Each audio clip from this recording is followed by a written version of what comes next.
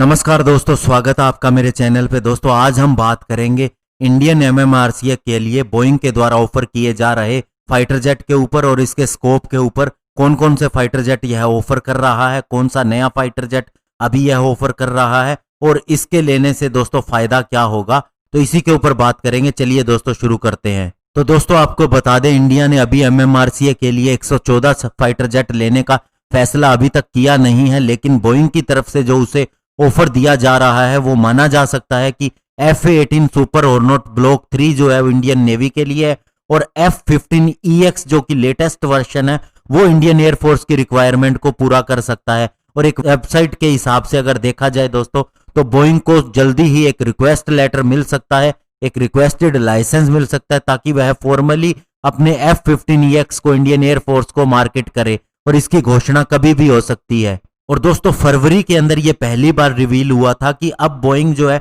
वह F-15EX को Indian air force के लिए पेश कर सकती है, क्योंकि इससे पहले केवल F-18 का ही नाम लिया जा रहा था, जो स्पेशली दोस्तों नेवी के काम ज्यादा आ सकता है। और दोस्तों इसके अंदर आपको बता दें कि इसके अलावा और जो फाइटर जेट है वो F-15 के अलावा Su-35 भी है, ग्रिपन ई भी है, F-21 भी है और राफेल भी माना जा सकता है। और अभी इंडिया ने रिसेंटली 12 सुखोई 30 MKI और 21 MiG-29 UPG खरीदने का जो फैसला किया है, तो उसके बाद भी ये डिबेट शुरू हो गई कि इंडिया को क्यों नहीं वेस्टर्न फाइटर जेट खरीदना चाहिए। और दोस्तों बोइंग के इंडिया हेड जो कि अंकुर कांगलेकर हैं, उन्होंने कहा कि हम अभी कुछ भी रिवील नहीं कर सकते, लेकिन हमने लाइसेंस के लिए अप्लाई कर दिया है F-15EX के लिए और ये इंडियन एयरफोर्स की रिक्वायरमेंट को भली भांति पूरा कर सकता है और इसके अंदर हम कंफर्टेबल भी है और कॉन्फिडेंट भी है। लेकिन उन्होंने अभी ये नहीं बताया कि ये सिंगल इंजन होगा या ट्विन इंजन। और उन्होंने कहा कि पिछले कुछ दशकों में बहुत सी चीजें चेंज हो चुकी हैं,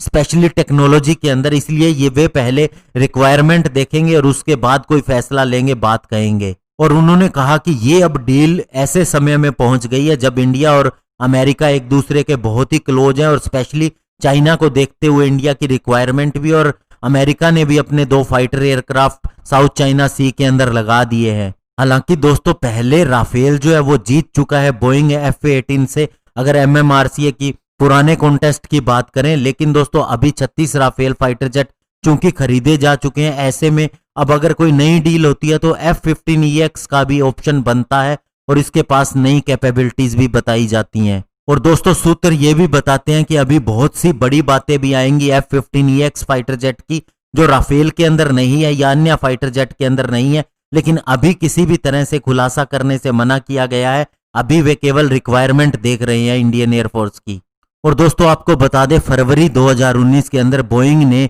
एक 3 वे पार्टनरशिप बनाई थी HAL और महिंद्रा ग्रुप के साथ में। ये स्पेशली F-18 फाइटर जेट को इंडिया को देने के लिए था, लेकिन F-15EX के लिए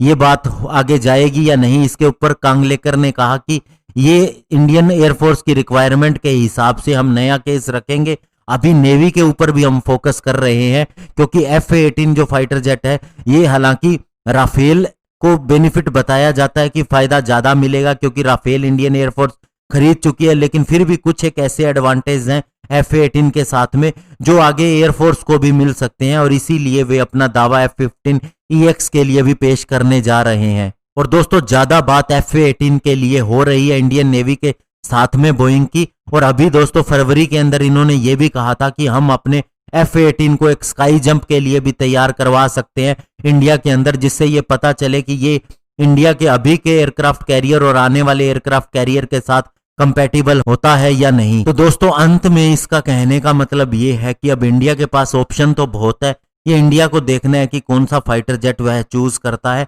लेकिन जहां तक दोस्तों मेरा मानना है, इंडिया को सबसे पहली शर्त यही रखनी चाहिए कि फाइटर इंजन एयरक्राफ्ट की टेक्नोलॉजी कौन देगा, क्योंकि दोस्तों फाइटर एयरक्राफ्ट तो हम भी बना रहे हैं और बहुत से इसके लिए सिस्टम भी हमने तैयार कर लिए हैं। तो दोस्तों कोई बहुत ज्यादा डिफरेंस नहीं आता और अगर हमें अपनी स्क्वाड्रन स्ट्रेंथ को पूरा करना हो तब भी दोस्तों इसमें भी कम से कम 5 साल लग जाएंगे अगर आज की डेट में ये डील साइन होती है। तो ऐसे में दोस्तों केवल एक ऑप्शन बचता है फाइटर इंजन का, जिसके लिए अगर कोई टेक्नोलॉजी दे क्लियर कट, तभी दोस्तों इंडियन एयरफोर्स को उसके साथ आगे जाना चाहिए। धन्यवाद, जय हिंद।